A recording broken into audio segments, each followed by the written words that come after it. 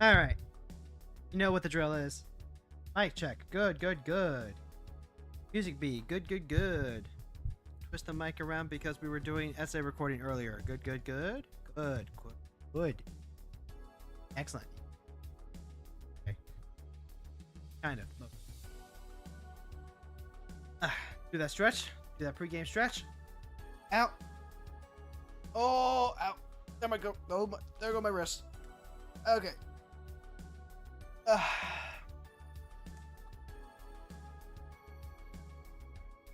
Phew. All right then. Let's do this. Hey there, heroes! My name is Hero Girl. I'm your friendly local neighborhood hero tuber, and this is the Daily Grind. This is that time of the day where we log in and we grind our dailies. Today is August 12th, 2026. It's a Wednesday. And as far as dailies go, pretty sparse. We just gotta attack. And like, I currently have my hyperfixation set to the blue of the month, so we're gonna be working on the blue of the month today. If we play a long control game, then Bilbo should get to attack a few different times. That counts, right?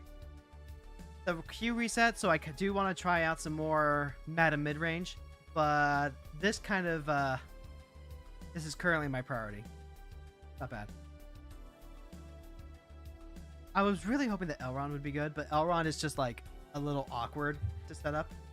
I think Elrond can be good. I think it's really cool that you can use some of the filter cards for just like free draw card. Especially since you were going to just like cast a card anyway. That's also like awkward and weird. I don't know. Look, the important thing is that we are currently trying Bilbo Thief of the Night. Now, Red Horde Arcanist as your commander is already kind of interesting, right? Red Horde Arcanist lets you attack and lets you recast its sorceries, but it lets you cast it for free. Bilbo just reduces the cost by 1. And if that were all there is to it, I think I'd be having a hard time putting this together. But then I remember. But then, if you actually read the card, it lets you cast artifacts. Instants and sorcery get exiled, but artifacts do not. They don't even come into play with a finality counter. So the artifacts can go ahead and be recycled. So to that end, Fisher's Bauble, Tormach Crypt, Spellbomb, Candy Trail, Sphere, Star, Lock.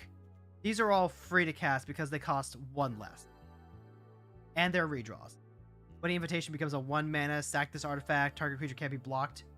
So Bilbo can't be blocked and it's drawn this card. It's probably one of the better cards to be running. 1, 2, 3, 4, 5, 6, 7, 8, 16, 17. And we get to like cycle the Fugitoid Droid. Bilbo. We've got some interesting things to do. I'm trying to make this not just be like worse Emery. Emery can also cycle through baubles once per turn, but she doesn't have to attack to do it. Bilbo does, so Bilbo does require like the additional support of being unblockable. Hopefully, though, this kind of just works out. We can still just play mono blue control and then keep the board clear enough that Bilbo can do his thing. If that doesn't work, well then we might not get a blue flavor of the month, but like that's part of the fun. I like the challenge of figuring out how to play blue. I did also clear out the already. I love it when Brawl has midweek magic because that means that I have a clear shot at trying to brew something up that's brand new without getting swamped by more powerful decks or even people who know what they're doing. Like at the stage of the brew where I'm trying to just figure out exactly what it is I want to do with a card, I really just need proof of concept. I don't need like amazing game. Helen, thank you so much for redeeming the lurk.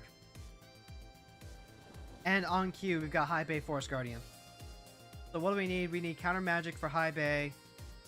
Brainstorm is pretty good here because it helps filter everything. We also need to make sure that we have ways to deal with the Delight Halfling or Cavern Souls. So the Brainstorm here could readjust everything quite a bit. We have a way to give Bilbo resets. And we no longer have to play around Wash Away. Let's go brainstorm first. What, 3? We have unauthorized exit if they play out any of their dorks. That's for tempo. I can... Ooh, they're gonna up his journey. Sure. So worth brainstorming now? Wish I thought about that. I could have actually used the sphere first. Then played Bilbo. I think I'm locked into using brainstorm now and then just fetching away after the Delta to play Bilbo. Just things that you don't learn until after the fact. Alright. Force negation, that's a good one. I don't think we have to worry about Cavern of Souls, but... yeah, let's just leave the island on top then. Fetch to clear? I guess I could have just like played out the... yeah, I guess I could have just like held this up. Waited. Get the Mystic Sanctuary. Now I can even go like Future Droid into Microsizer and hold the Chrome Sphere. Just play Bilbo. Got Force back up here. They try and like them. I want to hold on to Future Droid, so it might be bounce. Might be exile authorized. Ooh, Esika. Okay. Other legendary creatures you control have vigilance. Half for extra mana. Very interesting. And okay, so then I want to hold up this Tails End. Of course.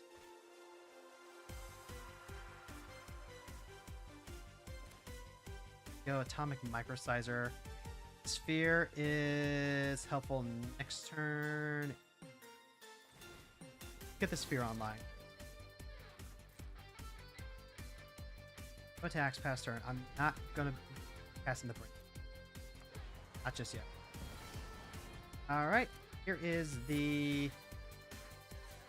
honestly, crack this now.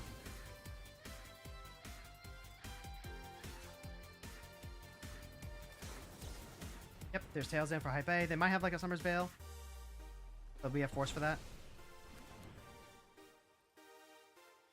Now we get to redraw off of the Sphere. Happy about. I can fresh start that thing. Yeah. Yeah, let's just... okay, let's just start like doing... go ahead, attack. We get to cast Sphere for free.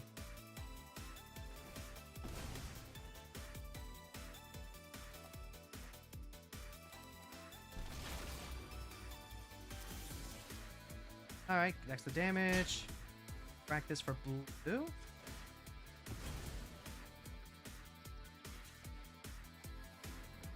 Then fresh start there. I don't want to do that on high bay because they just flicker stuff. I can unauthorized exit. I can Microsizer. I think I kind of like playing the Fusion Droid.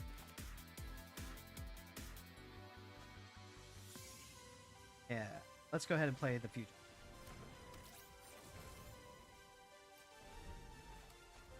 I'm still probably using this unauthorized exit for the Force negation. Okay, yep, that gives them extra land stuff. Path to exile. This is why we have the Fugitive Droid. Cast the Fugitive Droid off Bilbo to get more protection.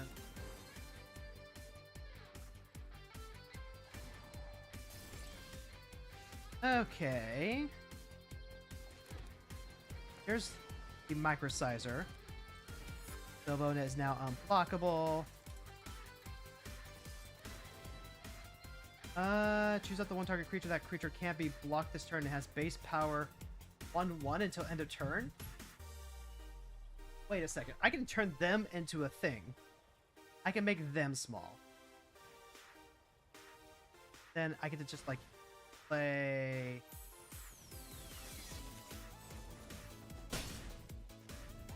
I didn't... oh my god, that's so much better than what I thought it was going to be. Okay, yeah, go Shintai. Okay, so yeah, and now we're at the point where it's probably better just shrink Bilbo down. Yeah. Creature can't be blocked if an artifact entered the battlefield you control this turn.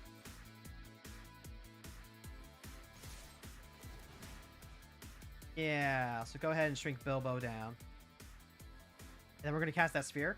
This is sick. I like this.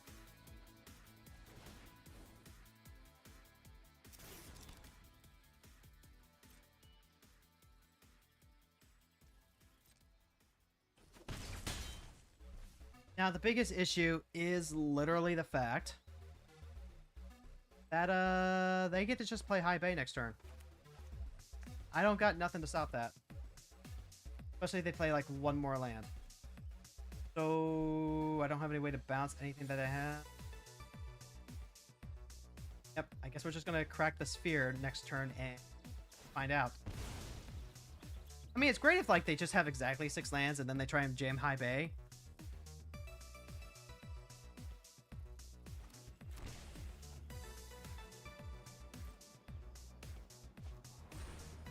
Ephemerate. Ephemerate Blink is C. What does that do? I think I let that happen, right? Yeah. Let that happen. Alright, so Asika is there. Pass. Untap. Let them target.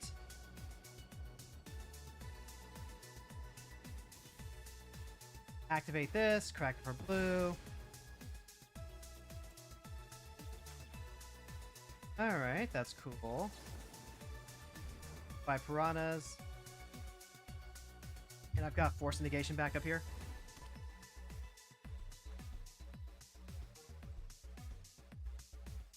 Alright. That's a deep dwelling. Yep, that's pretty good.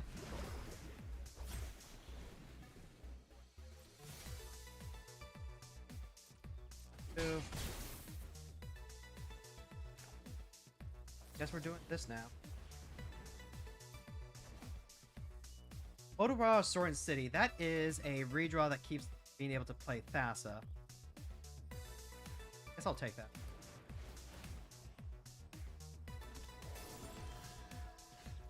Ooh, and then I have Scalding Tarn too. I have Scalding Tarn too for Tail's End. I like that. Do I...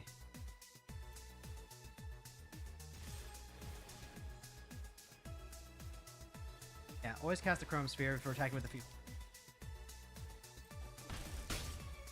Okay. And then I need to do this in a very specific sequence. I'm gonna go ahead, grab my Mystic Sanctuary. I'm gonna put Tail's End on top. And then I need to start turning the corner on this. So let's go Tappa. Tappa. Add that for blue.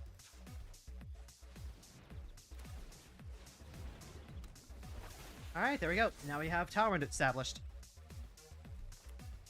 I've got Force of Negation if I need to. Gerard Disruption is here. I can use that Tail's End on the Thassa, and that's really what I want to do. Destroy target creature top S. Damn, that is... what? This is 2? That's...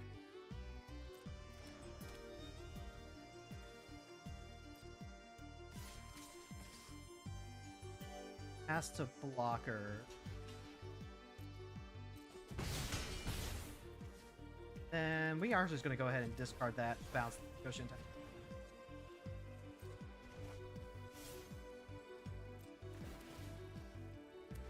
And then they get a 6/5. That's pretty good. I've got a few different options now with this Tidebinder. Keep attacking.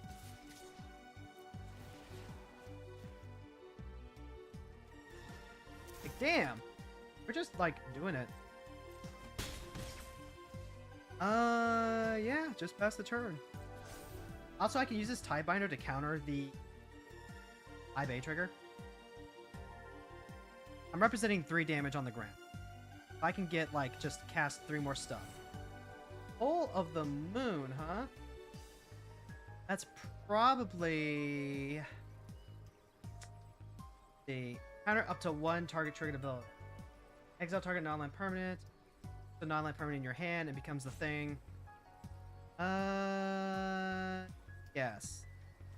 Go ahead and...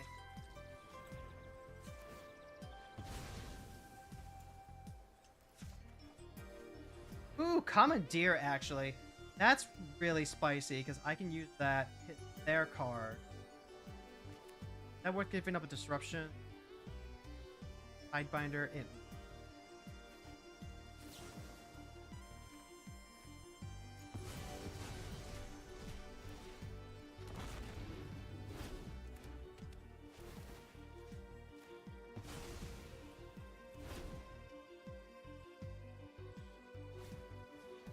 Yep, and then go ahead and flip.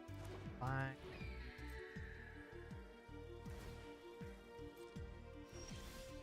Player of Denial. Love to see it. Everything but Tower Ram, please. Again, just make Bilbo fall. Play out this spear.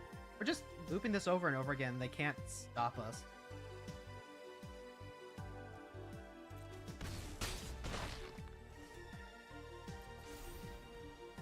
This is great. Go Shintai, Life's Offering. That doesn't do anything.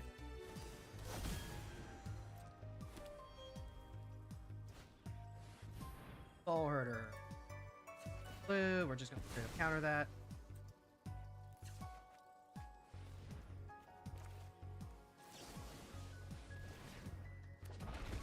And this is proof of concept right here.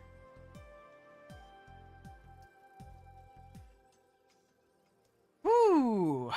That was a little touch and go there, but I think, like, literally just drawing all these free cards, right? Because it doesn't even cost mana. It doesn't cost mana, and we just filter for free. Like, yeah, it's literally just an extra card every turn. We can keep up with all the free value. All of the free value forever. Also, probably Rogue, right? I keep forgetting that the Fugitive Droid is actually like a counterspell on a stick. Power Run. Give me up the Tiebinder. Ideal. But hey, getting the seal, pull the moon off Commandeer. Commandeer is just like probably like one of the biggest reasons I love playing mono blue, draw all the cards. Because when you draw so many cards that you can just eat 2 blue spells to like take their best spell, love it. Absolutely, absolutely love it.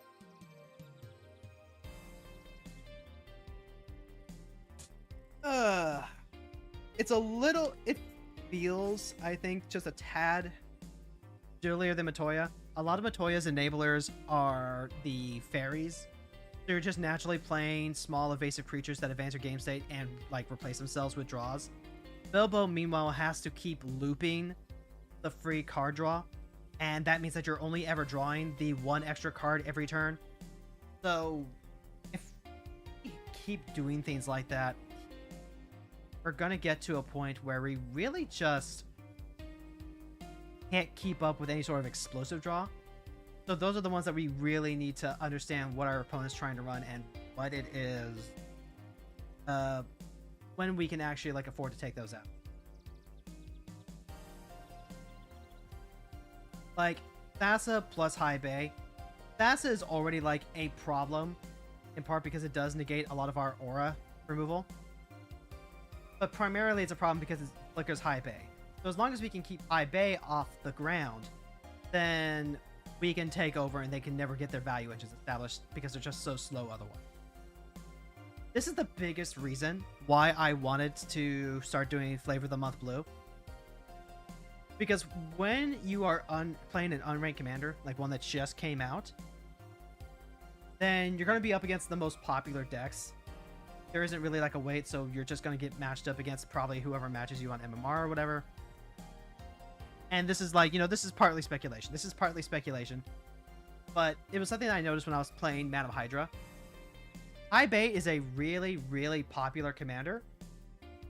But it just falls apart if it's up against a good control deck that can control the stack.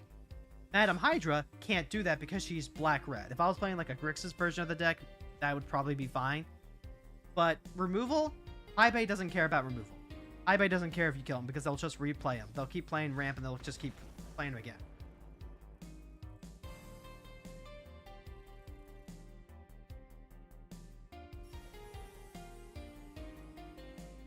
So I might even need to like consider building like a blue X version of the deck if mono blue doesn't quite work out the way that I would like it to. And that has its own fun to it. I think there's something fun about a singular deck that you change and evolve with each of the new sets. Gives you something to look forward to.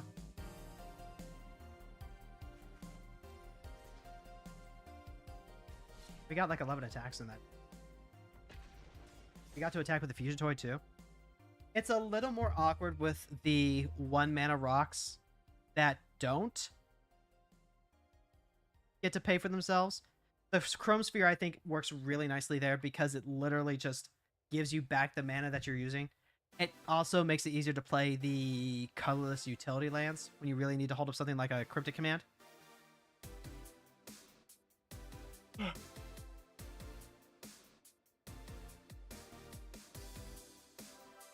I don't know. I'm definitely not feeling the burst draw as much. Like Leader drew you 2 extra cards every turn, even if you were discarding one. Latoya just drew you so many cards. Get to go first. We get to lead off on Rivendell. We've got a couple of tempo cards plus Brazen Borrower here. Nothing that like interacts with the stack, but they might lead off on a Cavern of Souls named hero anyway. Actually, is it worth playing Bilbo now? It might be. I kind of want a Brazen Borrower for tempo.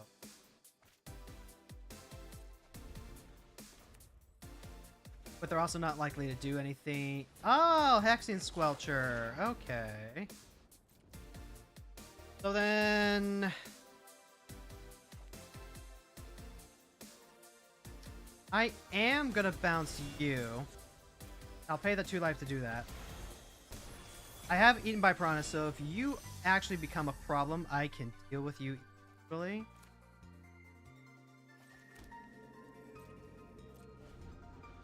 Wait, I can also Tidebinder the War Trigger. That is something I can do.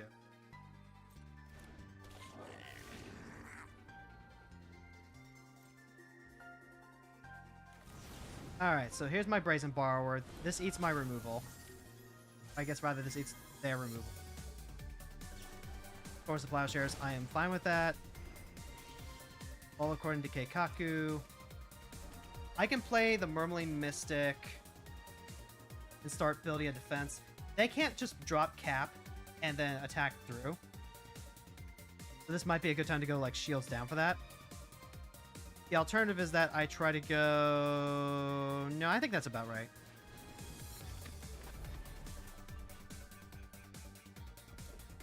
Yeah, they can go ahead. They can play cap. They might have a 1-drop hero. No, they're going to go Metallic Mimic. Gotcha. Unable to scream. Understood.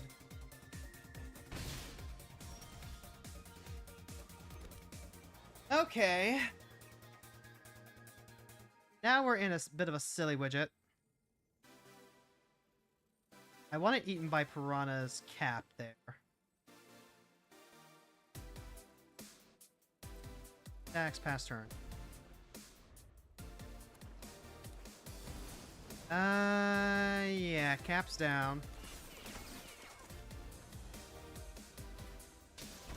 Okay, they're gonna play Spider-Man 99. You've played a land or cast a spell this turn from anywhere other than your hand. Spider-Man deals damage to power to any target. So what do I need to do? I need to...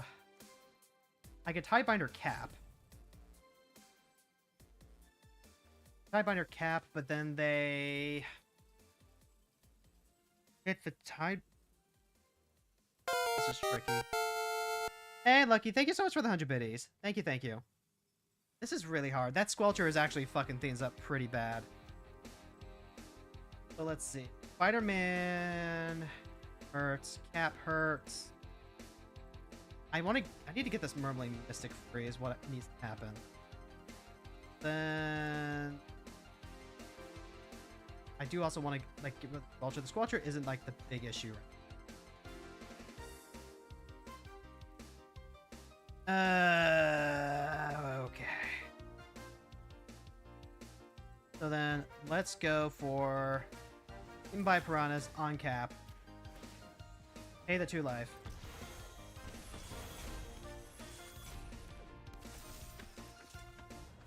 The 3/4 first striker.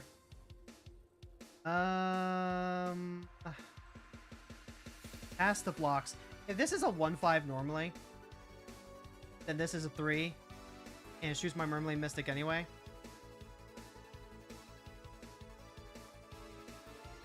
Nope. Nope. Alright. Pass to the end. 3 damage there. Go ahead, bounce that. Search for a Scanta is not what I'm looking for right now. Okay, Commandeer and Bilbo. Bilbo doesn't have any way to, like, break through them. I'm just gonna pass the turn. I've got things that I can do now. I've got Negate, I've got Tasha's Tidebinder.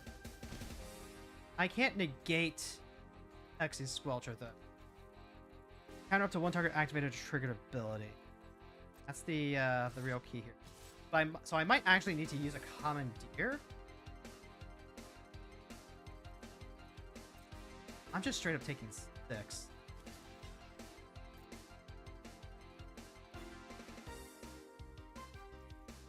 Yep. We just gotta live. We just gotta live. Okay, they're gonna go straight to the end step. Let's go tap tap. Oh, I can only activate if I control a legendary. Shoot. Okay. Tail's End, that's not bad. I can just, like, play Bilbo out. Attacks past turn? Okay. So I can't actually, like, do anything about this. God damn it. I needed to bounce that Squelcher. I needed to target it with something, and I just can't. Now I have a 3/3 double striker that's just gonna fucking kick my ass. I guess I'm playing the Tidebinder as just, like, a thing that I can, like, stop, maybe. But then this Unable to Scream is gonna, like, kick my ass there, too. Yep. Yep, okay. I was trying to find a way to keep the Murmling Mystic around with the unauthorized, and I just can't. Except this works. This gives me an out. Ah! God damn it. Okay, you know what? We're just gonna pick this up. We got our ass kicked, and there's nothing wrong with that. Ah, that's frustrating, though. That is so frustrating. The exact combination of cards that we had to deal with there, a little too much. Like, if that had been I think pretty much any other hero except Spider-Man, right? Because Spider-Man comes into play. Spider-Man...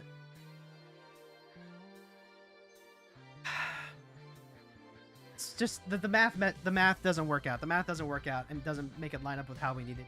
And literally anything to go. Because they can't be countered isn't a triggered ability. So we needed to hit. But at the same time, like, we have to deal with Cap. We just have to deal with Cap. So I need to be able to bounce the Unable to Scream. I need to take the Squelcher out so I can actually counter stuff. I need to be able to counter the Unable to Scream so I can stabilize. Matt Damon's mom. I don't know. It's a really hard needle to thread there. Oh, okay, this is the Qatar that doubles ally triggers. Gotcha. Probably fun. Lead up on the nutrient block, I think.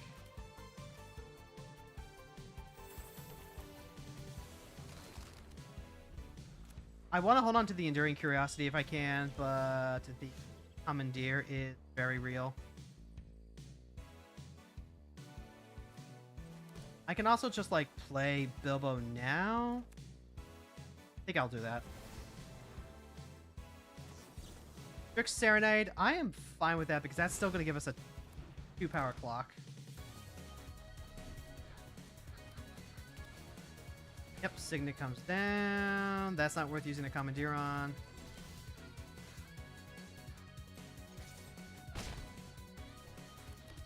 Turn. Gets around using Disruption.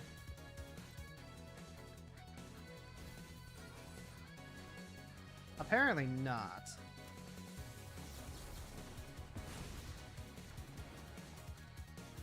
I get to play Curiosity if we draw like one untapped land. I don't get the untapped land. So then let me potentially redraw into a land. Still nothing. Here's Future Sword, I guess. Versus Incubator, naming allies is potentially a problem, but not one I commit Commandeer to. Like, that does just let them vomit out their hand. That's... yeah. Here's a Rogue's Passage. Go to combat. And then we're just going to see what happens. Yep, there's Kara. That's... pretty good. But that's not Enduring Curiosity. Mana Lake, I don't have any artifacts. Let's go Daka Daka.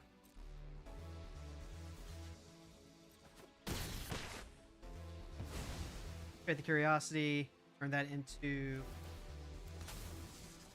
redraw. Mystic Sanctuary. Not what I want, but I'll take what I can get.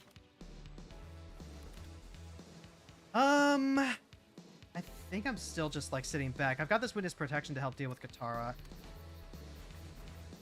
And I'll just keep holding them off. Like, they don't seem to have a lot else going for them right now. 0 for Wan Chi-Tan. I get to start drawing all the cards. Still no artifacts to play. Attack with everything but the Future Toy Droid. And this is like the real downside of the Strict Serenade. If you can't deal with the thing, you just kind of get got. Alright, now we're going to go attack, attack, tap, tap. Does Bilbo. Then I'll go ahead and play the Bauble now. Take a look at the drawing. On island. I could even like bounce the into the Flood Maw. Put it upkeep stop. Alright, draw from that. Think of the Stupor. Is that worth bouncing with into the Flood Maw? Currently they're at 4, 5, 6. I think it is.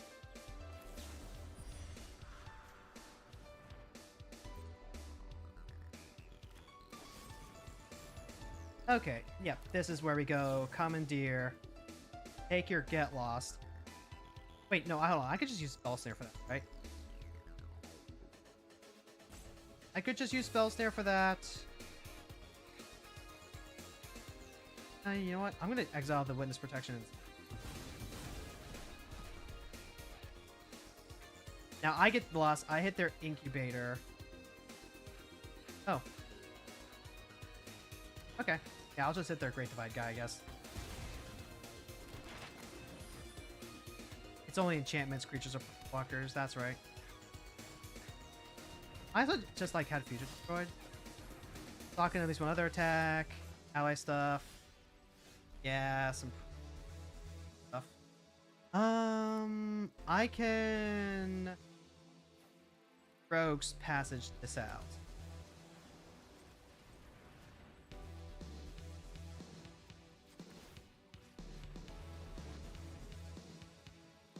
And then we're just gonna like go all in. Yeah, let's just go all in. Then we're just gonna complete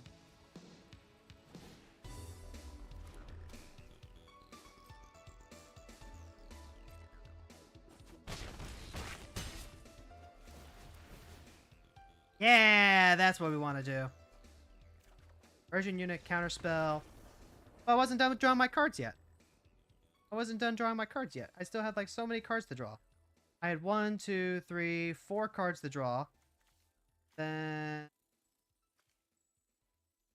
I was going to draw off the bobble too. I still have more cards to draw. Could I have gotten that off of the nutrient block? Like, could I have played Bilbo earlier? I'm not sure. This is like the other awkward part about this deck, right? Is that you have to funnel the mana into Rogue's Passage in order to do that. But I think for the simple reason that I got to draw an extra 1, 2, 3 cards off of that, that was definitely worth. Like, I wouldn't have to do that again. I could still just like coast off of the running 2 birds. 2 birds, 1 draw.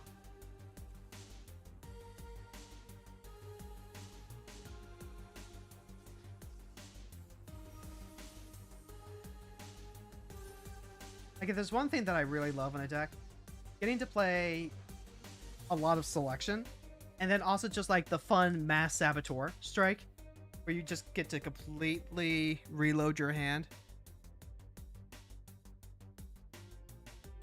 Like, if you think about it, that was a sorcery speed, 5 mana, draw 5. That's definitely above rate. Like, that's like temp with power, not temp with power, but like that's the demonic power thing. The 5 mana, draw 5, but you also lose 5 life.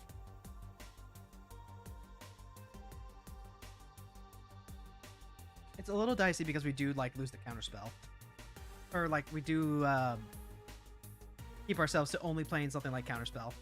But it worked out. That being said, I probably would have used the spell snare. Yeah, I should have used the spell snare rather than the commandeer. And in fact, I probably could have even, yeah, because I would have saved my witness card. That would have let me make one of the creatures smaller and potentially unable to block Bilbo. Deck definitely requires a lot more work than Matoya does, that's for sure, just because it involves the combo step. Like Matoya, she can literally sit there as a 1/4. She can block a lot of smaller stuff pretty easily. And then there's quite a few pieces that are just set it and forget it. So Search for Ascanta, the Cosmo Elixir, those cards Surveil and Scry each turn. And you only need like 1 or 2 to do that. But then on top of that, you're drawing the additional cards from playing instant sorceries and creatures that Surveil trigger. Surveil. And I think that's part of why the Matoya deck is just so much fun. I'm definitely not going to be able to recapture that magic with every Flavor of the Month build that we do. But it'll be a lot of fun when it is. And I like the idea that just like 1/5 of the deck changes to suit the commander. Riku of many paths, you say? Yeah, ye old modular spell deck. Exile the top card. Put a counter on Riku and he gets trampled, make a bird. Those birds are actually probably going to be the problem. Fading Hope, Siren Tamer, Fresh Start, other insignificance. None of this gives me like the counter magic to fight back, but it does give me quite a bit of temp. Especially if we can like stick any of these enchantments on him. I'll probably go turn 1 Storm Tamer.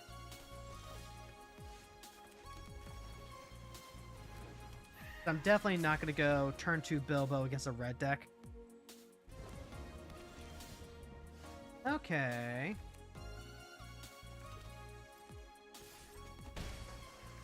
And then I have Opt, I have Spellbomb. Let's go play Spellbomb. You can't pitch the Spellbomb to Commandeer anyway. I might be willing to trade like a Fading Hope or not.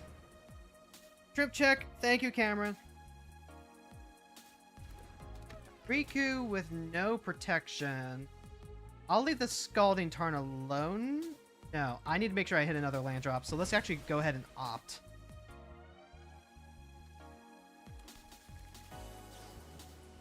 Not a land.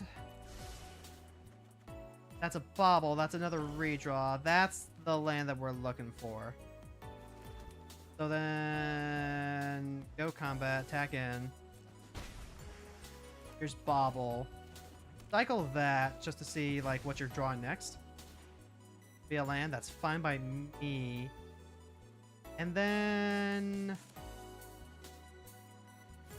do a little fresh start. Pass the turn.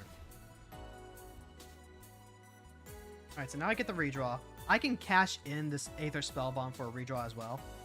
Wan Chi Tan. That's good if they start doing any ramp. Riku can't smack me back either.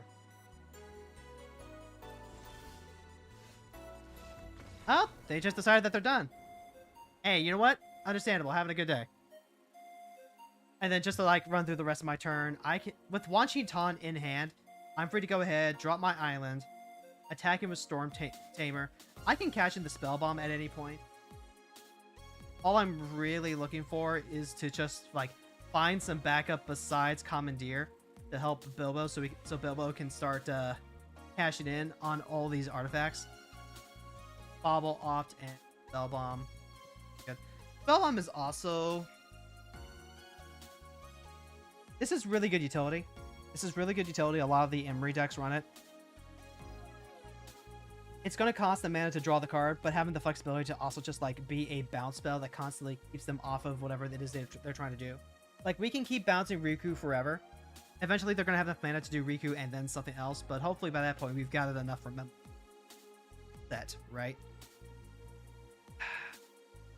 That Washington, so that way we just like keep getting more stuff. Maybe... Actually, there might be a case for just playing Bilbo now, because we do have the Storm Tamer. Or even like potentially using the Spell Bomb to save Bilbo if they try and lose removal. That's an idea. A couple of different ways that can go. I don't think that game was far from over, but I also don't know what their hand was.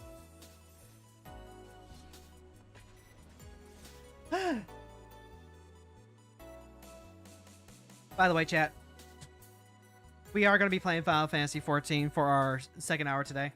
I do need to get started on Wondrous Tales stuff. I need to do just like a little bit of prep because Final Fantasy Friday is going to be on Final Fantasy XIV again.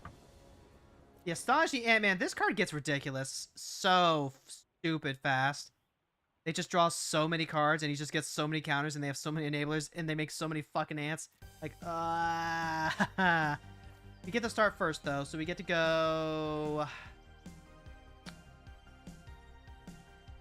I'll keep this because of the aqueous form.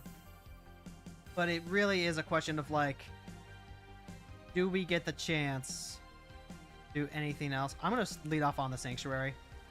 I think it's more important to bounce Ant-Man than it is to bounce anything else. And I can play the Wanderer and bounce on the next turn. Into the Flood Mock kind of makes this appealing. Yeah, let's go ahead and go Wanderer this turn.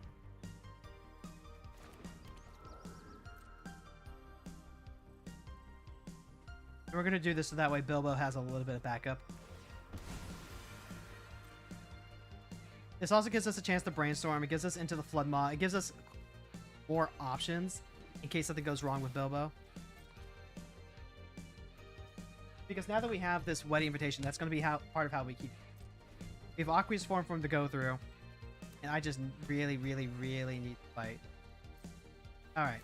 So yeah, Wanderer only helps if they... Oh, that is some bad out. Okay. So I've got Spell Pierce now.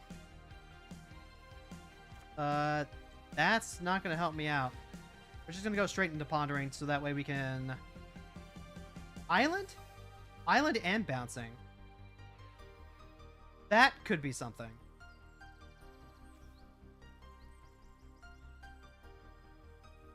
Let's do it like that. Alright, go to combat, attack him. The real battle is going to start next turn. Rose Spiral. Is that worth using the Wanderer on? I think it is. We're just gonna try and like tempo them out. Like I have the spell pierce. That's gonna be much more effective at stopping Bilbo. Or stopping whatever it is they try and do to stop Bilbo. Explore? I am gonna let that happen.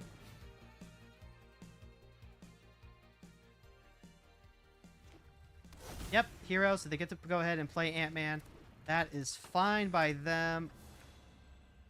I can enter the Flood Bomb now, but this is what's going to help out. I want to hold on to the Spell Bomb because then Bilbo can keep bouncing Ant-Man.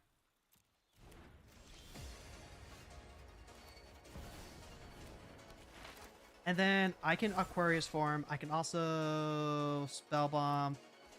I think I need to hold on to Into the Flood here. I need to do something on their turn before they can get like anything super ridiculous. Yeah, you want to tap your Cavern of Souls for green. Probably what you want to do.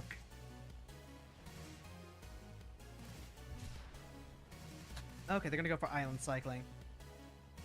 And we are just gonna fucking gun it. Okay, yep. Ant-Man. Utopia Sprawl, that's fine.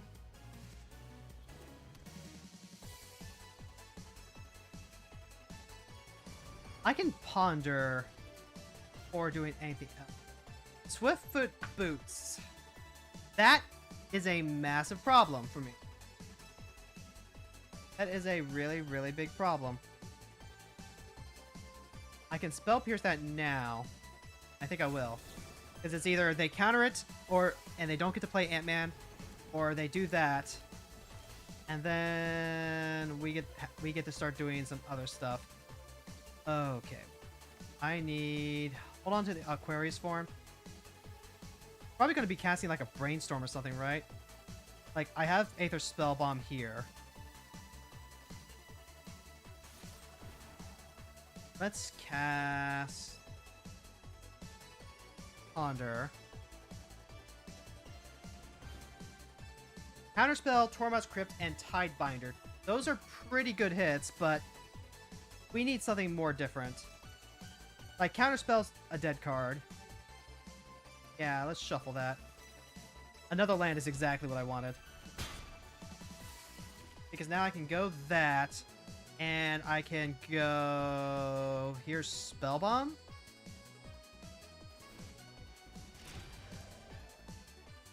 And what this does is it lets me hold up Into the Flood Maw and also Spell Bomb. Ledger Shredder is whatever. Don't care about that because Bilbo's going to start doing other stuff.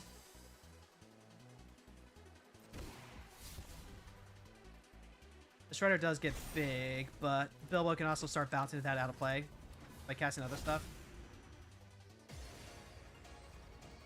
I will... bounce.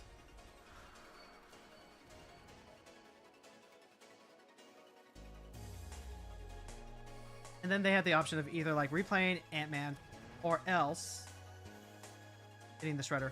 Into the Flood Maw, I can bounce the Shredder. Oh, they're gonna do it like that. Okay. Then bounce the Shredder. And then Bilbo will just like get to replay the Spell Bomb for free. We're trying really, really hard here. Now I will play the Aquarius form just because I need the extra scry. The Fairy is pretty good.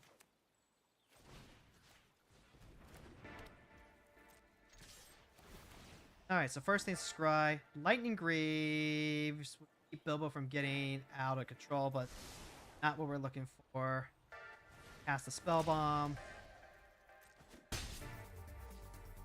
And pass. Like, they have so much mana. They have so much goddamn mana. Yep, go ahead, hit the Shredder, that's fine.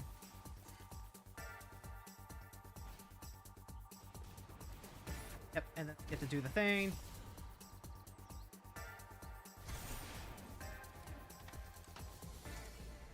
Remember, I'm already, like, unblockable. Yep. Just need to like get rid of that Swiftfoot boots. Here's unauthorized exit with the onboard spell bomb. Days is not the card we're looking for. All right, so now we get to potentially just like get a redraw off this. I think here. Is there anything else I would cast from this? Probably not. If I could like find an actual factual counter spell though, I would enter the Flood Mob, get rid of the boots. Yeah, because getting rid of the boots is probably the biggest thing. Let's go ahead and just like crack this to draw a card. Alright. Well, that happened.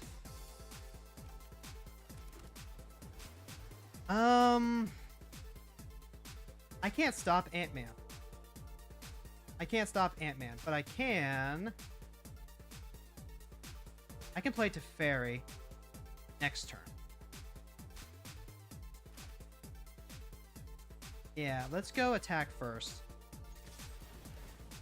We're gonna scry first. Nope, put that away.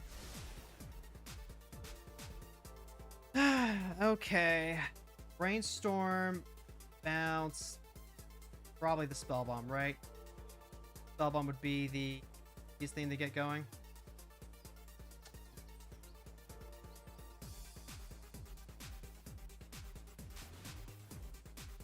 Wanderer, thank you so much for the hydrate. We're currently like thinking some pretty good. This is a good sign of like, you know, the interaction that's currently available. Now it's a question of like 3, 4, 5, 6, 7, 8. They have so much mana I can't really afford to keep fighting over Ant-Man. Let's go ahead with Wedding Invitation. Oh yeah, they do get to Ledger Shredder. That's a something to keep in mind. Like, Bilbo can keep getting through the ants. That's not something we're too worried about. Pass the turn.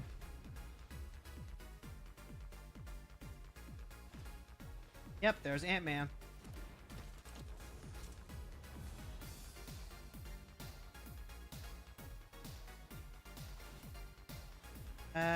Yep, we're gonna go ahead and bounce the Ant-Man.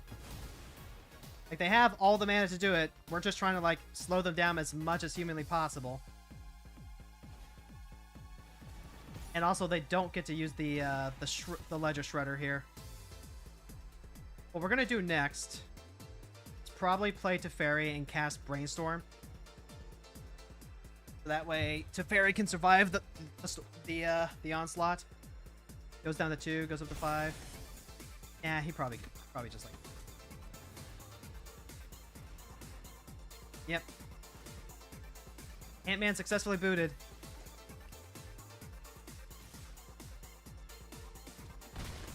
Oh, but they went for aggro rather than like trying to pump him up. Okay. Target creature can't be blocked if it's a vampire. It also gains life. If Bilbo was just like so. All right, here's Teferi. Teferi's out. No! Gift a card. All right, I'm just a little guy forever. Brazen Borrower would speed up the clock a bit. Is that what I want, though? I can play Talrand. That might not be the worst.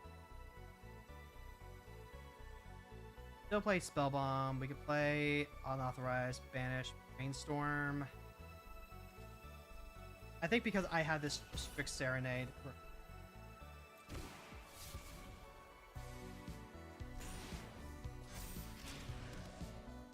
Yep. Pass the turn. We're in a slugfest. I need either stronger control or a way to get Bilbo like pumped up. Oh. Yeah, that's something that we just like can't let happen, like, because like if they get to resolve the Shadow Spear, we just fucking die. Like, we're already like binding up a massive clock now that the Ant-Man is free. What I really needed to find was like something that could flash in and enchant the Ant-Man. Okay. Yep, let's go ahead and... River's Rebuke is a hell of a finisher. Woof. We fought a good fight. We fought a good fight. We just could not find our hard answers. Stumbling early on with the lands didn't help either. I was having to spend all of my resources just trying to fight. It was the Swiftfoot boots that really did it. I feel weird about the boots. I feel weird about boots. I feel like... Actually, hold on. You know what? That's probably good proof of concept. So, like, this is Commander, right? And a lot of... Or rather, this is Brawl. And a lot of people come into this with a Commander mindset. Which means that they usually just, like, slap boots into these decks without much rhyme or reason. It's just like, oh, yeah, of course you run boots because that's how you deal with... that's how you protect your Commander. And more often than not, like... More often than not, like, this is just a dead slot. Because if you're trying to play a deck that isn't actually built around, like, having creatures or not, or even if it's like... Okay, let me start over. Because this format is so removal heavy, you would think that boots would actually be really good. And sometimes it is, like what we just saw, right? Like, sometimes boots is actually just really, really good because it messes up every bit of interaction. But the fact of the matter is, there's so many ways to circumvent that. Like, there's a lot of artifact destruction that gets rid of boots. There is, like, things that we can use to, like, bounce the boots, but we never found anything that could counter the boots back on the way back down. This usually is a dead slot. But if you can get it to stick, and then keep a really important piece of, you know, your commander from not eating it, I don't know. I'm still like half and half on it. Ban boots, only allow Greaves, they're cooler. I mean, Greaves are definitely, you know, lightning-ish. You did see Counterspell during that one ponder. I did see Counterspell on that during that one ponder. I just can't remember if I saw that before or after the boots were around. I do remember that we were on 3 lands though, and I really, really, really needed to start seeing just a little bit more so I could try and do a little bit more. I think my reason at the time was Counterspell doesn't actually stop Ant-Man. Yeah, I don't think the boots were revealed at that point. And normally for a deck like Ant-Man, you'd be running one-shots instead. You'd be running Counter Magic. You'd be running maybe Tamio's Safekeeping or the Royal Roll. 1 mana like that.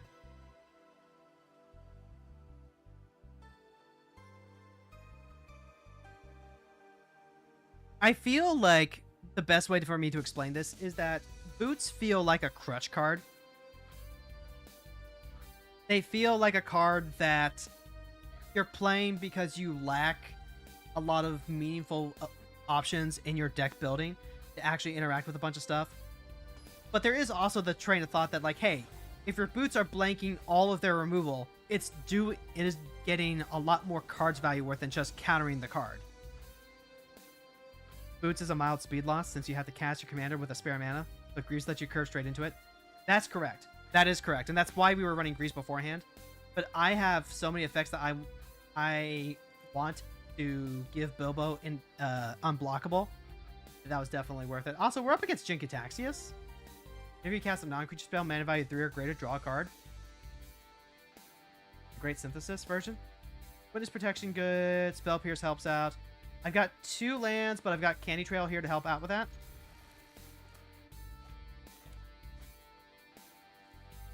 I think this works. We've got Sewers. Sewer Valence Cam is a disgusting combo piece in the Welder decks. But it's here because it can remove problematic blockers in front of Bilbo. And also it has the sack ability to draw 2 cards. I don't like this one as much as the Baubles and other Spear Eggs because it does cost so much. But we're still at that point in the game where we're trying to like experiment with this deck and see what exactly it needs. So, like right there, consider and into the Flood Mob. I'm going to throw those both down because they are not lands. We have Sink of the Superhero as our next land drop, probably. But it really just kind of offsets the life gain. Yeah, that kind of works. Siren Storm Tamer. It's just really important to me that I keep hitting land drops. Anytime that you're playing a control deck, you really want to hit land drops. This is where if we were playing like blue-white, land tax would probably be much more standstill.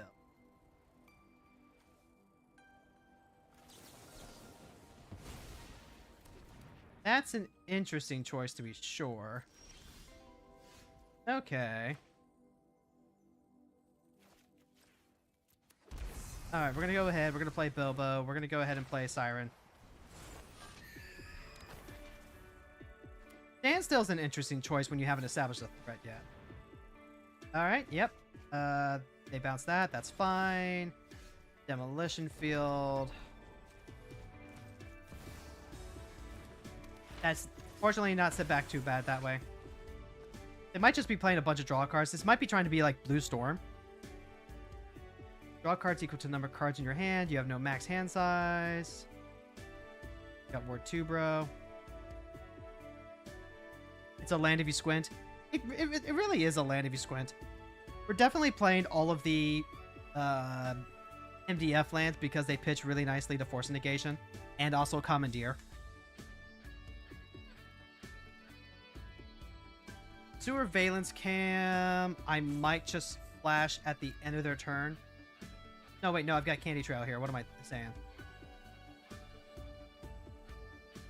I really don't want to have to, like,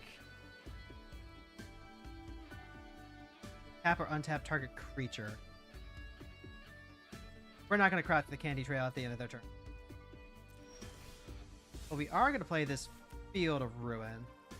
Just double check. Then bloop bloop. We are going to go ahead and stack the Candy Trail right now. It's a little awkward to do this on our turn.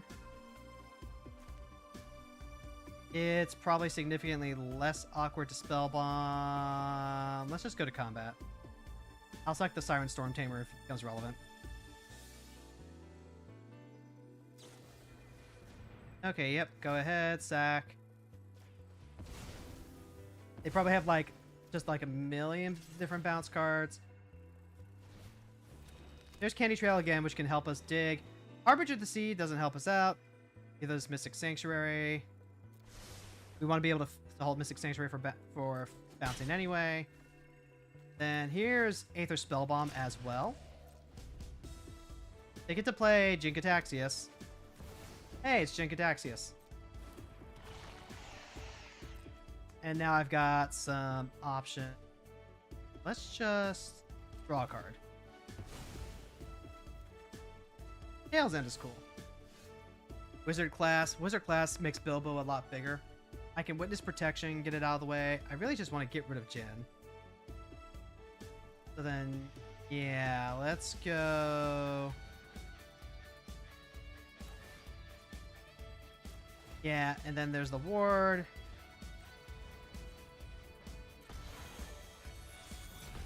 It's really going to be a pain in the butt if they happen to go bounce the enchantment, you know? So let's just make it so that way we can... Oh, you want to block? Excellent. Oh yeah, I'm all about you blocking. I could play Wizard class. I want to hold up this Tail's End.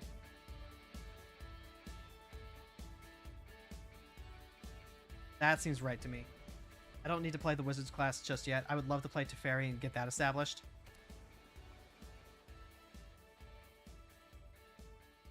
They probably hold on to a lot more tempo cards.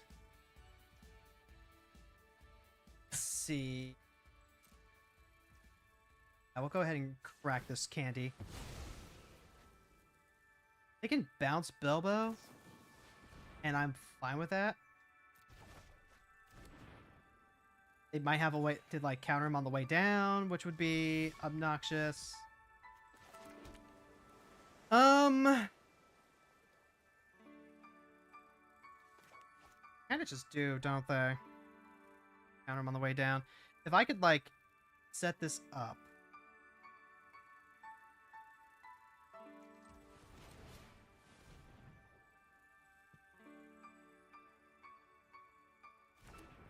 Okay.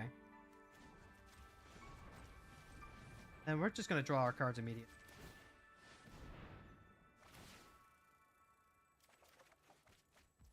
Mod crit. This seems relevant.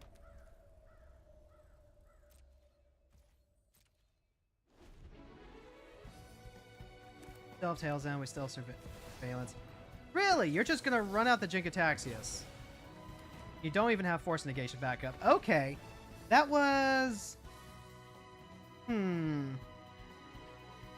That was interesting. And by interesting, I mean I'm not really sure what their plan was. Standstill is usually a card you wait to play until after you have something to do. Like, usually you play it, and then the opponent never wants to give you 3 cards, even though it's correct to crack it immediately. So you just get to like crash in with a Mishra's Workshop or whatever. Not Mishra's Workshop, Mishra's Factory, something like that. And I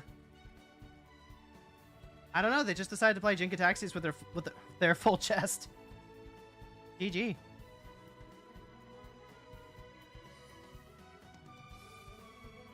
Honestly, that's a good one to end it on. I still have some things that we need to figure out. I'm starting to think that the Surveillance drone isn't what we want to run. But we also got to be careful about the other stuff that we're playing. Like, Wedding Invitation is a good one for this. Key to the City helps out.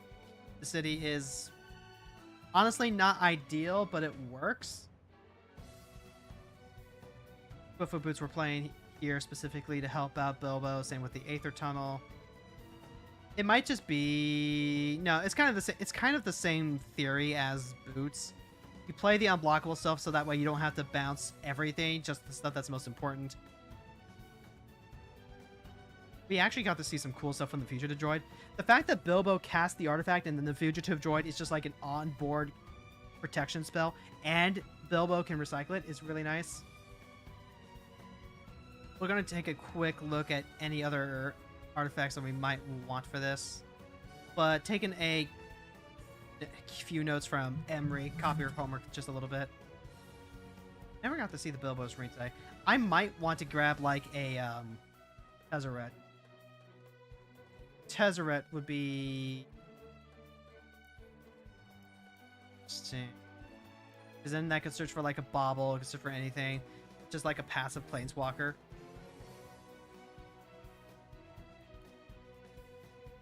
And there's also like tons of artifacts that also work here. I don't think Bilbo having the Surveyor... Well, no. Is the Candlestick actually okay with Bilbo? I don't think it's like the equipment that we want on Bilbo. The fact that it's an on-attack Surveil 2 and then gives Bilbo more options for stuff to cast. Ron, thank you so much for the Hydrate Redeem. I think the Drix Interlacer takes too much work. This, you can get away... You can play Drix Interlacer and Emery and have it be really, really good. Because the intensity stays with it, even when it moves zones. But you're also playing a dedicated artifact deck at that point. And this is definitely not a dedicated artifact deck. The Surgical Skull Bomb is, in fact, a worse Aether Spell Bomb. But it is another one, if that's the case. The bounce is only as a sorcery, so that's not fantastic. Combat Courier gets to come back. It's like a little dude. Kind of cute. Fountain Belt gets to search for a basic. Puts it on top of our deck, though. If this was something that could like actually grab a basic and put into our hand, that'd be one thing. There is a map that draws basic lands now. One from the new Hobbit set. Honestly, the ideal ones are the ones that don't cost mana to draw cards. Like, we can take out the Surveillance Cam. But this one also just, like, has... I don't know. The camera has leaves. Tap a creature. Tap or untap. Like, that's a thing. We could also play the Soul Guide Lantern as Graveyard Hate. That draws a card. That's kind of functionally what the Tormod's Crypt is, but the Tormod's Crypt has, like, less cost when you play it the first time. This one just also has the ability to pay 1, tap to draw a card. Not sure how I feel about that. We don't play the Vexing Bauble. Don't play the Vexing Bauble in this deck. That's a Nombo. That's a Nombo waiting to happen. Hard to say. I think this is going to be a fun one. This is going to be a fun little puzzle to work out. Playing Matoya and playing Leader, those cards get to just sit back and draw cards while everything else happens around them. There really wasn't anything like that in Hobbit set. I'm going to go ahead and like show this off again before we switch over to Final Fantasy. But the only other one that I was kind of really looking at was Elrond. And I did try an initial draft of the deck. I think he works best if you have a bunch of looters to help trigger, because you want the abilities to be proactive. If you play any of the filter creatures, like pay 1 mana, add 1 mana of any color to your mana pool, like those filter cards, that does trigger Elrond, and that is sweet, because that's essentially a free card every turn. But also, it was one of the most dirtily things I think I had ever done. So we've got some stuff to figure out. Maybe this is a deck that I want to play Swords of X and Y. Maybe. Alright, we're going to go ahead and do our Final Fantasy chores. Means that this is the yapping portion. People will be like, you know, I came here for the magic stuff, and I only want to be here for the magic stuff, and that is perfectly reasonable. That, oh, wait, hold on, is there a patch that I need to up? Oh my god.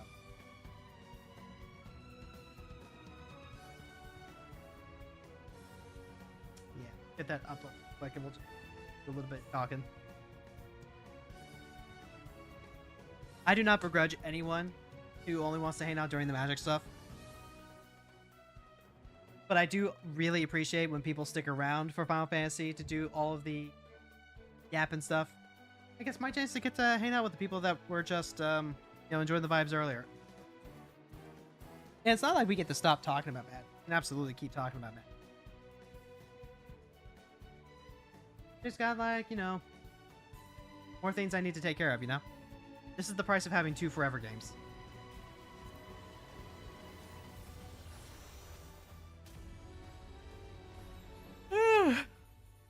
Plus, I haven't, like, done any couple of weeks. Last week, we took a break. Didn't do anything, like, the past couple of days because Magic Monday, and then also the set release came out. But it's not like we're in any rush.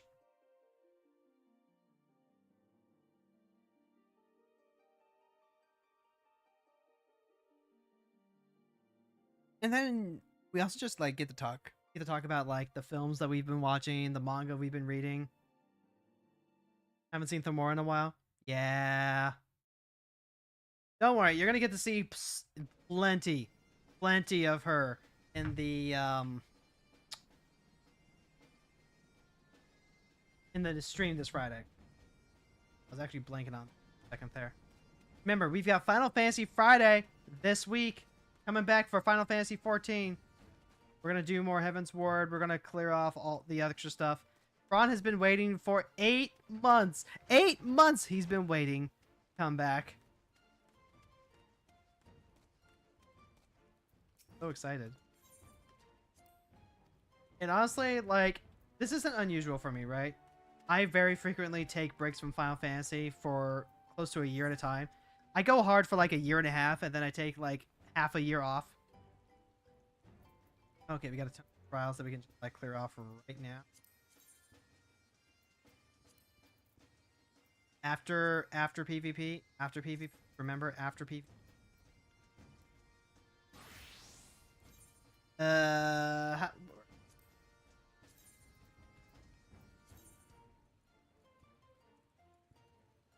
Gotta get.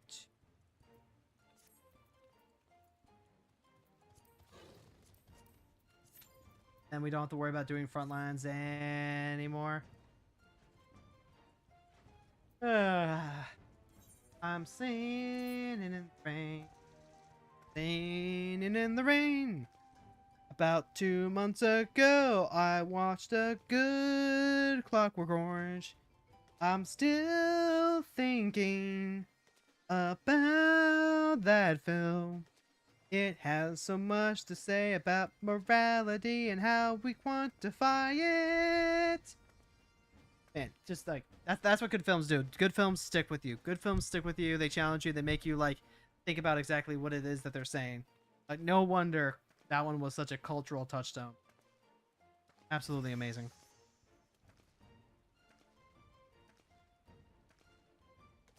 I've been rewatching the Marvel movies with my family, partly because I want to get my wife caught up to where my husband and I are. Also partly because Jess is really into the MCU still. And like I want to have a bit more of a touch basis with Jess. I want to have more things that I can talk to them about. Which also means like at some point we'll probably be showing up on their stream playing some Marvel Rivals. And like the Marvel films are fun. But oh yeah, this is kind of the definition of a popcorn film.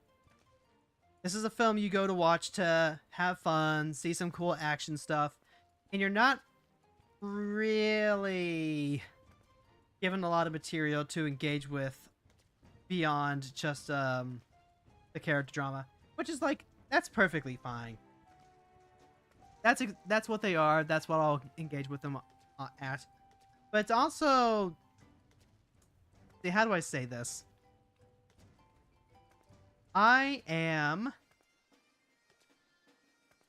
wish that these films had something a little more meaningful to say. And like that's very much a personal take, because there probably are people out there that are watching these films and they're feeling incredibly touched by them. They're being incredibly touched by the messages and all that. I have not heard from anyone like that before, but sure that they're out there. That's kind of the thing with art. Even if you think something is like bland or not like bad, but like, you know, if something doesn't really do it for you, if something doesn't really satisfy you, it's satisfying someone out there.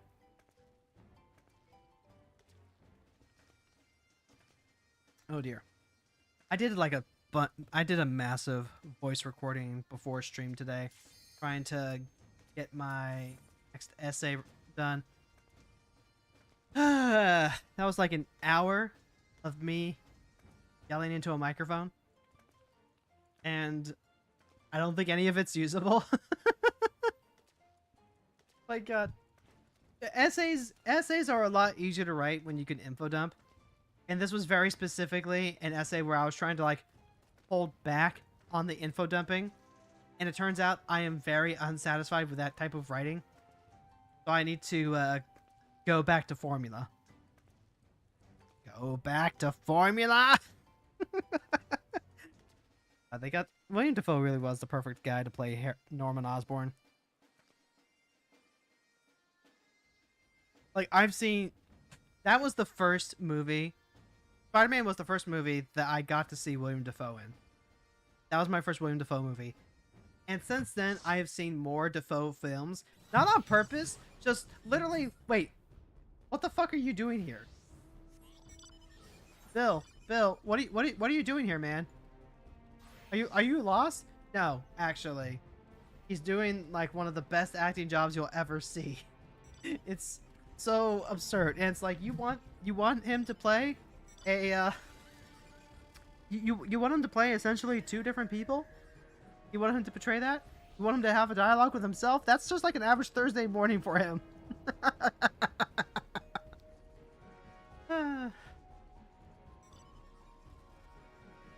Like, oh my god. If you haven't, go watch Boondock Saints. It's a classic for a reason. But like, the scenes with William Dafoe in it, the scenes with William Dafoe for that movie are astounding. They are so ridiculously silly because he's playing the investigator for the crime murder spree, and he just does this thing where he's recreating the scene of the crime in his mind. He's recreating every little aspect, so every time that, like, he's imagining a gunshot, he's just like pew pew pew pew, rocking back and forth while shooting with his hands. It's like, it is so freaking funny.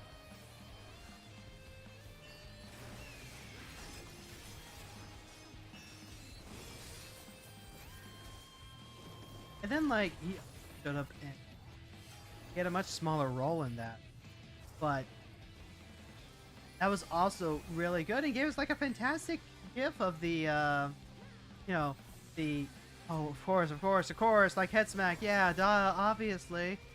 You think he's in a Columbo role, and it just turns out that he's well, American Psycho's not about to fuck, like, oh, this.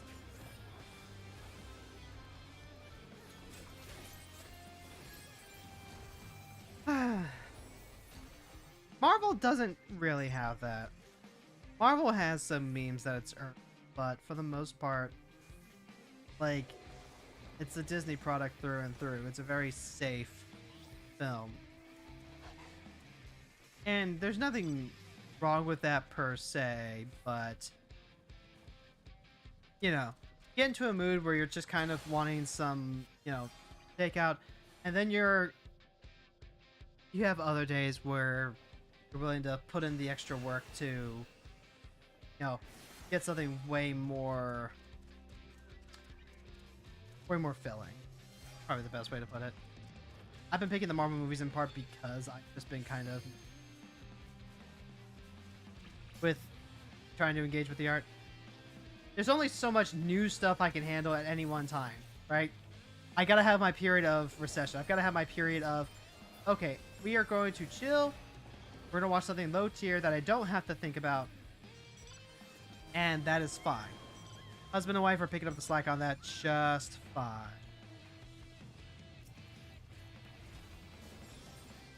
But my husband's actually been picking new movies to watch, which has been surprising to me because, every time it comes up, it's like, yeah, I don't really know what I want to watch.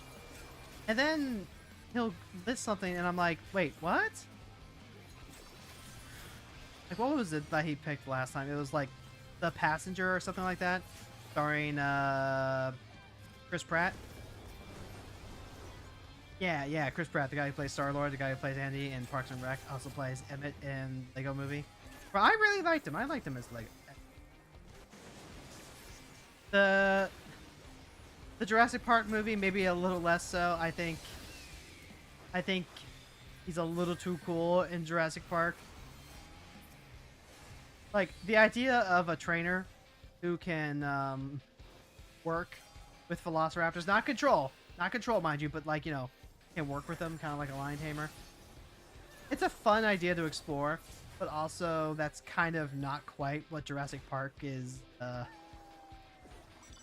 what I think Jurassic Park should be.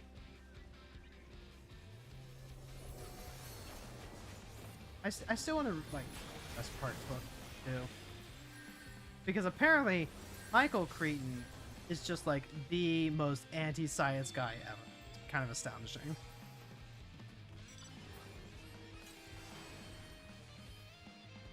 It's funny how Jurassic Park gets kind of lauded as this big anti-capitalist film, but then, at least from the passage, there's a passage in the actual printed book that talks about the whole Dr. Malcolm speech about before your scientists figured out whether or not they could, or deciding whether or not they should.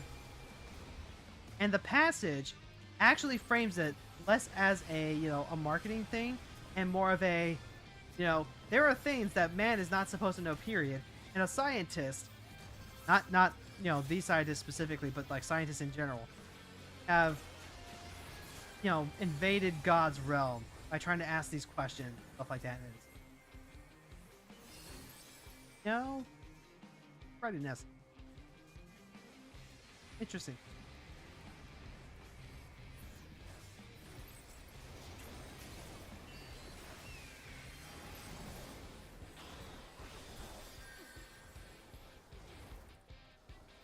I think the same principle applies to like the whole there's only so much new stuff I can do. Part of why I'm looking forward to getting back to 14. I think there is a lot of comfort that comes in playing the same game over and over again. Like, it's not just broken gamer syndrome. That's certainly a part of it. But also, I think there is a lot of joy that's had in, especially with people who are neurodivergent, in playing something familiar. If you're playing something familiar, then you're not having to expend a lot of mental and emotional energy to learn, to practice, to deal with the unfamiliar, and deal with the unexpected. I have heard, or rather, okay, let me rephrase that. I was reading a memoir by an autistic woman who talks about her experience with autism. And she explained that very often when she's reading, she can't enjoy the book until the reread. She can't enjoy the moment of the book because, you know, she doesn't know what's going to happen, and the happen causes anxiety. Like, I'm sure some of that is like actual anxiety, but apparently she's like that for her since she was a kid, so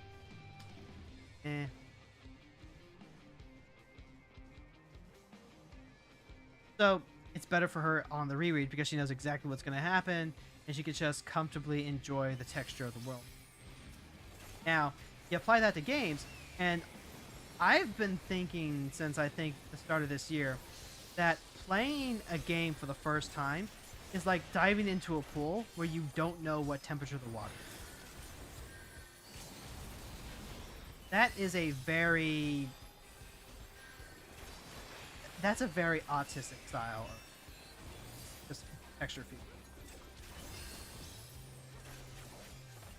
And the fact that you can get used to the temperature of water, but only after you've completely dived in, that is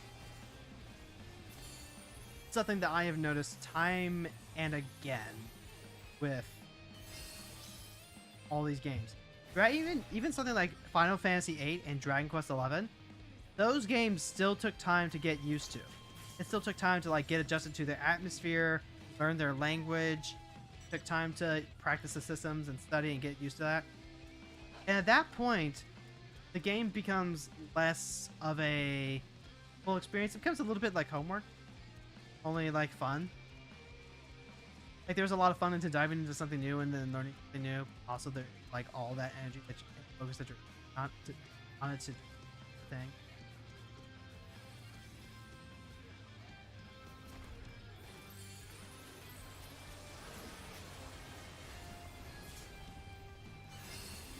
Let's see.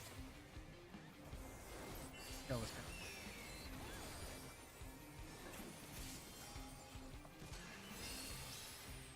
So, what I'm thinking I need to do is I need to worry a little bit less about playing a lot of new games in a single year, and more like just making sure I get enough quality in a single year with the games that I do.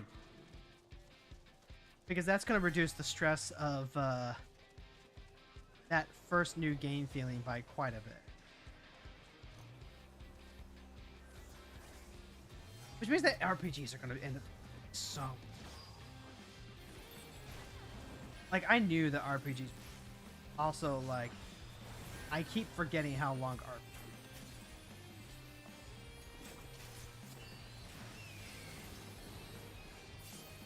And with an RPG, I really do like getting invested in... I keep thinking of it as be a planeswalker. Because when you're because, you know, planeswalkers are magic before WotC once again decided to ruin everything with the Fire Nation attacking. Oh, we just got wedged. Got fucked. Oh, no, I got in the middle. With planeswalking, you are a visitor are a guest in another world. And if you don't decide to stay, you're only there temporarily. You can leave whenever you want. But each world is cool. Unique. You really want to check things out before you decide whether or not, no, it's... I don't want to say, like, safe for you, because that would be a reality of, like, actual planeswalking and not the metaphor itself.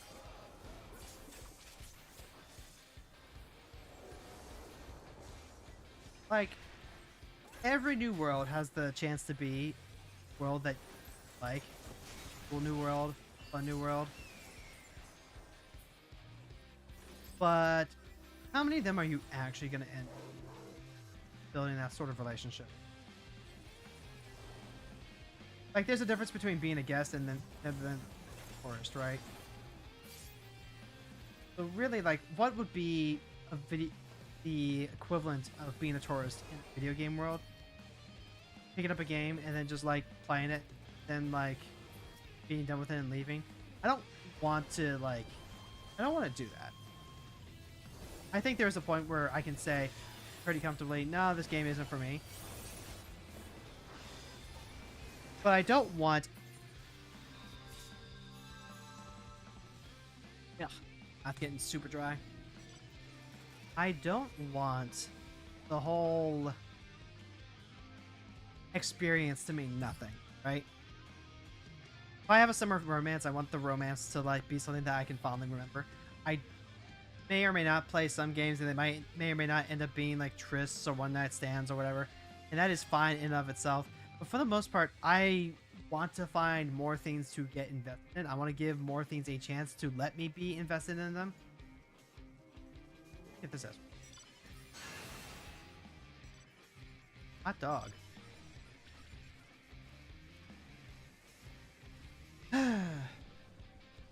It's kind of like falling in love all over again. Really think about it. Like, I love love. That's part of why we love. That's part of why I'm poly. Because I like loving multiple things. And I want to get out there and I want to learn how to love more things. I want to get out there and have more experiences. You have the 64. Is that not enough? Get there in like a couple more weeks. Got like a month and a half left.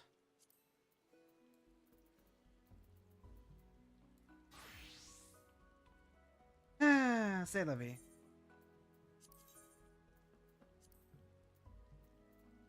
I'm glad that I am trying out getting. I'm glad that I'm getting the chance to finally try out a ton of these games. Thank you so much, everyone who, like, you know, a game. This has been my big year to try and, like, get through the big gift log.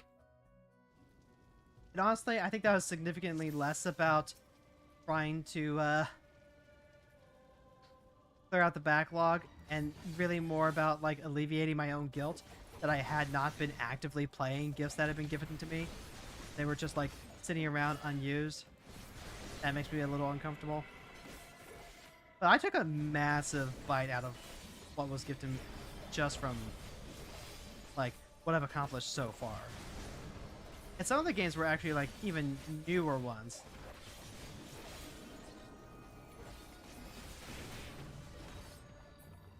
Yay, we got it done before the boom. Some of the ones were, like, brand new games, too.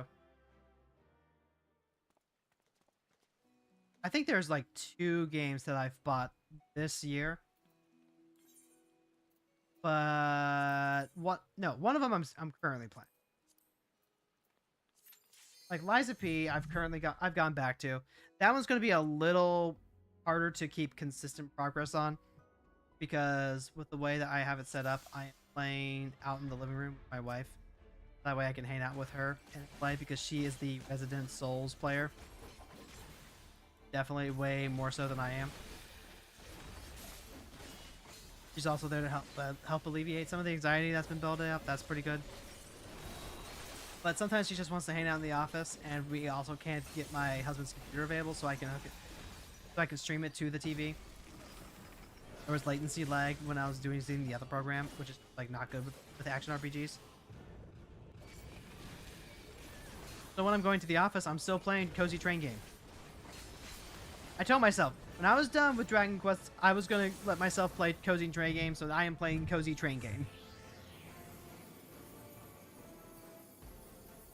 And like, I'll still play Cozy Train Game on stream when I need a break.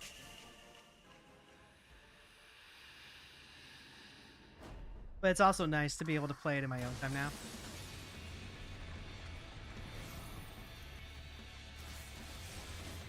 Also, I had a revelation last week. I don't have the anxiety that comes from playing unfamiliar games when I'm streaming. Like, there is a slightly different anxiety that comes up. I need to be able to figure out the game. I need to be able to not be frustrated by a game, which is part of why I don't typically do first playthrough impressions when doing a stream. At the same time, though, if I know a game well enough, I can go ahead and just like play it. I can just play it, and then we can just yap, and then like the evolving version of that anxiety doesn't actually come up. Like when we're playing, like if we play Lies of P while we're on stream, we did try this a little bit several months ago. Like I can just yap. There are times where I need to lock in, but like during the exploration stuff, we can just yap and hang out. And then because I have such limited RAM, that actually keeps me from like overthinking things or getting scared or whatever, or caring too much if I get beefed off.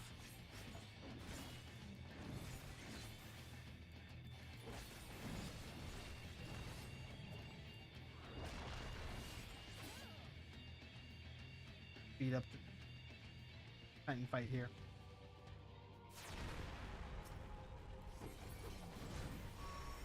Like, the reason that we don't get to have as much yapping in the magic portion of the stream is because I just spend all my processing power trying to process the game itself and then narrating. When I'm doing Final Fantasy XIV, it's easier to do chatting. It's easier to do yapping. But at the same time, I'm not like completely AFK the way that I would be if I was just literally harvesting trees, which, hey, you know what? At some point, I am going to be harvesting trees. So, we'll get to do some real prime yapping there.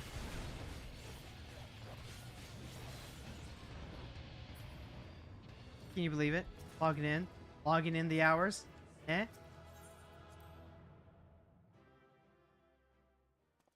What else we got?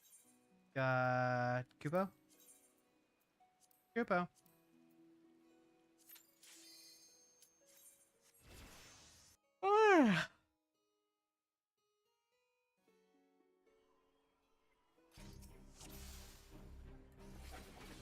The yapping portions get a lot easier. Get a couple of friends hanging out. But like, it's the middle of the week.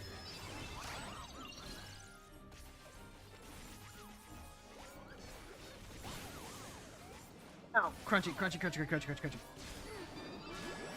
Cat. Cat. Just to like, you know, kind of keep everything going. There's a movie I really wanna, but my husband just does not watch sports movies like at all. Real shame, because I think there's some sports movies that I'm genuinely able to enjoy, regardless of the fact that they're sports movies. Like, I really want to watch Major League, right? I think that the comedy is fun. I think that the character drama is cool. You get to watch Charlie Sheen before he went off the deep end. But you just won't watch it. You just won't watch it because it's a sports ball movie. He doesn't like watching sports ball. He was willing to... He had fun reading Ice Shield 21, but that was literally because Yusuke Murata's art is really fucking good. So was Inagaki-sen.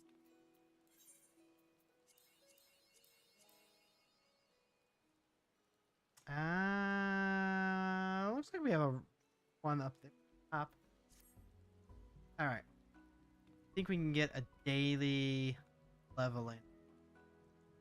Probably not. Let's just go ahead and clear off end caps here then.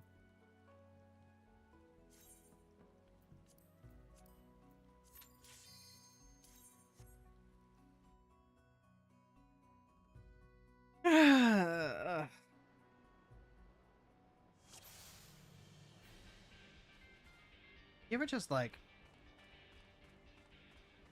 you ever just still think about stuff months after? I alluded to it a little bit beforehand with the whole Clockwork Orange deck, but like, you know, there are still games really, really think. One of those, I got Slay the Princess from Fawn for Christmas, and I played it pretty early on, and I'm still thinking about it. I didn't even get like the 100%. After a while, I just kind of had to like stop because I was, let's see, you know, just kind of clicking through dialogue to try and get back to decision points from different save points and all that. And I realized that wasn't what I wanted to do. But I love Choose Your Own Adventure. I used to love those Choose Your Own Adventure books. So Slay the Princess already like goes into that naturally. Slay the Princess is a game I'm probably gonna play in a few. I'll reinstall, play it for a little bit, uninstall it, reinstall it, have fun playing through and living through some stuff. That's kind of what the platonic ideal here is. It's honestly just like any game.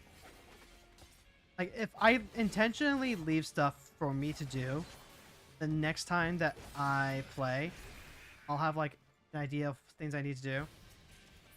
I very much see myself coming back to Dragon Quest XI to just like do side quest stuff because I just want to do fun RPG stuff, but I don't necessarily want to play the whole game all at once.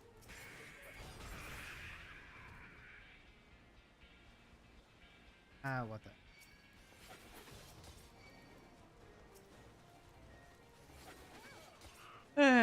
It's like that for sure with Armored Core 6. I left some of the parts gone because they're just like, they're hidden parts, they're S-rank parts, they're Hunter's Mark parts. Gives me something to do if I need to record B-roll.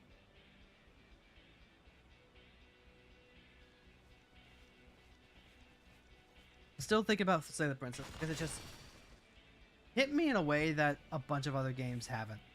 I love Final Fantasy VIII. I like Dragon Quest XI. I'm probably going to be thinking about Final Fantasy VIII, like game systems. I'm going to be thinking about that junction system.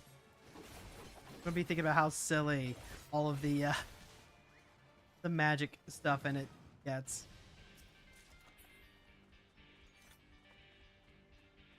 Really, when you're looking for a hobby, at least in my experience, you know, being autistic, it feels like you're kind of looking for an obsession. It feels like the best part of getting into the hobby is getting to roll around in it and like think about it all the time. It just gets to completely occupy your mind. And if I have learned anything from this year so far, what that obsession feels like. It's actually nice to just like have your personality turn into a thing for a little while. I'm sure some people are, you know, a little worn out by the fact that I keep bringing up Blood Bowl. I keep wanting to talk about it. I keep wanting to go, but it's so good. It's like an SRPG, but with dice. And then also, like, elves and football. It's just like, it's so good. And it is. And I love the hobby aspect of it. I love getting to, like, plan out my paints. I love getting to, like, you know, admire the little toy that I've got and paint it whatever color I want. Like, that's a nice little personal touch that I don't get in too many other hobbies. Like, I get it in Magic because I get to, you know, build my own deck. I get it in Final Fantasy XIV because I get to, like, literally, Thamora is my dress-up doll. I get to dress her however I want. I get to write little stories about her. And Blood Bowl is just like an extension of that. Yeah, we are absolutely going to be playing Blood Bowl 3 when it gets re-released. Just warning you right now. You're going to be getting to see some Elf and Orc fantasy football.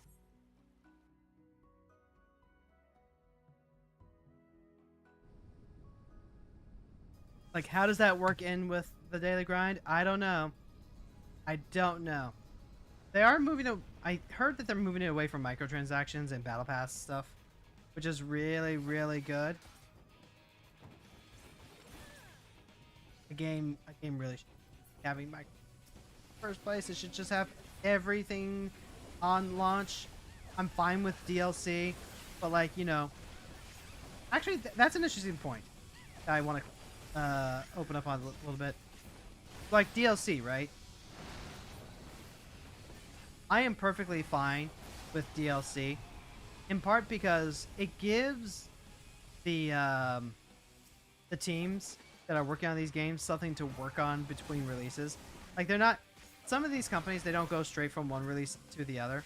They take some time to plan out their next move. They take some time to, like, figure out what their project should be. Every company does this, and, like, I'm starting to feel like with all the acquisitions and layoffs that have been going on that, a lot of these companies don't do much planning of anything other than just, like, oh, hey, you know, what's a band-aid that we can use to make number go up? Oh, well, we just, like, fire a bunch of people. Sure, yeah.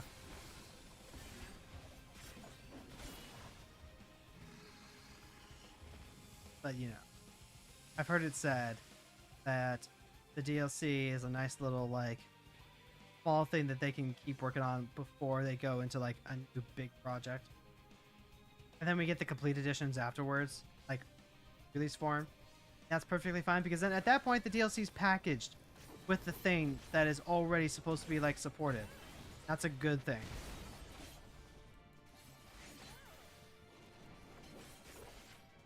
Like Liza P that's coming out for Switch 2, that has the DLC. If I want to play the DLC for Liza P, I'm gonna have to actually pay for it, because I'm playing on Steam. But everyone else, they just get to play it by the complete edition. But hey, you know what? I benefited from that too, because Dragon Quest XI, I got the complete edition with all the extra stuff.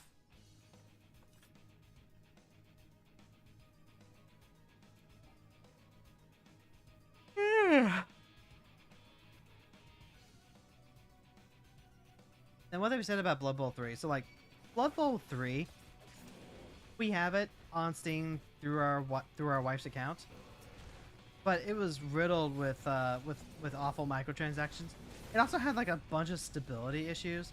Like, it was having a really hard time letting people get into the lobbies and stuff upon lunch. I remember NL saying that he paid extra so he could play it earlier, and then it wasn't working at all. That kind of ruins the experience. There's also like some CPU stuff that you can do if you just want to have like CPU leagues. And like, you had to do battle pass stuff to get the extra teams. If you wanted extra teams, if I wanted to unlock Amazons, I couldn't just buy the DLC that was extra Amazons the way I could buy like an extra character on Guilty Gear Strive. Literally cannot. Got to do the fucking battle pass. And there is a little bit of nuance to it. I think some of the teams were available for grind purchase afterwards, but that didn't quite work out. I think they were part of like expansion packs, maybe. It was confusing, difficult. Didn't like it. Didn't like it one bit. But the actually no. And then the studio that was working on Blood Bowl got dissolved. As in, like, it was part of a parent company that had to be disassembled for bankruptcy purposes.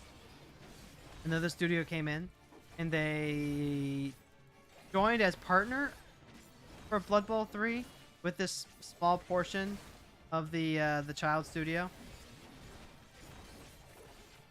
So, Blood Bowl 3 is getting a rework. And they've already said that the transactions are going to be, like, you know, base cosmetics and stuff, which is, like, you know, again, really should just be part of the main game, right?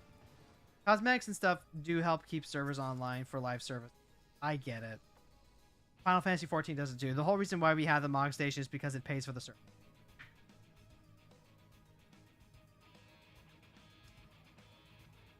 Same time though. You wish there was. Like, we already pay subscriptions. No. I am very happy with paying subscriptions. But maybe this is just like the cost of having to offset. Who knows?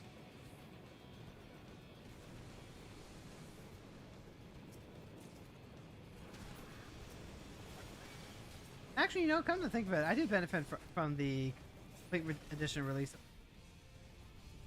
of Slay the Princess. Because I got the pristine cut. That's what it is.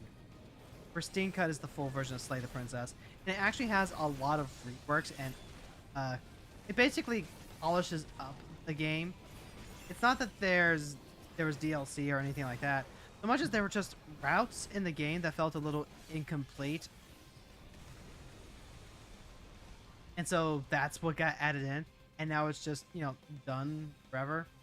And I don't mind that as much. It's also kind of interesting how video games are one of the few media where you can actually get that kind of update experience. Like, if it happens to a book, it's really more of a revision, right? Like, no one is, you know, if you buy a book, that book is exactly how it is forever. Kind of like a game. Kind of like when you buy a game. But if there's an update to the book, then it's a new edition. If it's a game, then, like, there really isn't, like, older editions of that game that you can go out to buy sometimes. At least in the case of, like, a Slay the Spire. I guess there are, like, published copies, but then, like, again, that goes back into physical media. So I guess that's really just an issue of physical media versus digital. Because, like, the pristine cut for Slay the Princess is what's going to be available by default on Steam. If you wanted to get the original, you'd probably have to hit up someone else for a copy. I don't know, kind of an interesting thing to think about. There's, like, director's cuts of movies and stuff.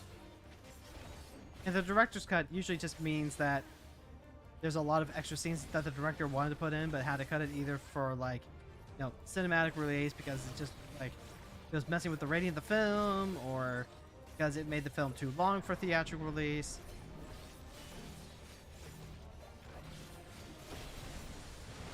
Or, you know, you gotta take out Harrison Ford's narration. I watched the version of Blade Runner that did not have the Harrison Ford narration, so I got to watch the director's cut on that. But also, like, sometimes the director's cut doesn't actually add. Like, you would think just adding in more stuff equals more good, but that's not always the case with something like a movie. With a book and with a video game, you get to decide the pace of what you're, you know, engaging with the thing. But also, like, a book has to be... I don't know. A game having more stuff is usually more good. That doesn't seem to be the case with films or books. Yay! A whole line off the bat. Nice. And we have a chance for a double line at the bottom of the third column here. That's pretty good. Overall, really, really productive day back. But we may or may not be streaming tomorrow. Probably not, which means I might have to finish this on my own.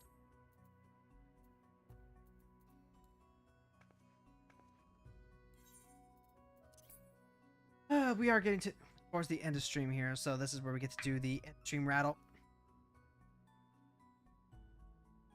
Oh my god, I'm gonna need like a cough drop or something. I think recording the stuff is... Hold on. Cat here? Cat here with... that.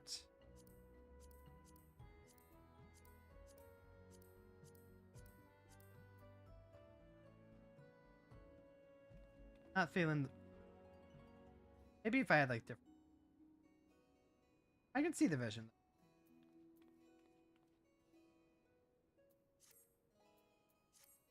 Sorry, that's what I gotta do.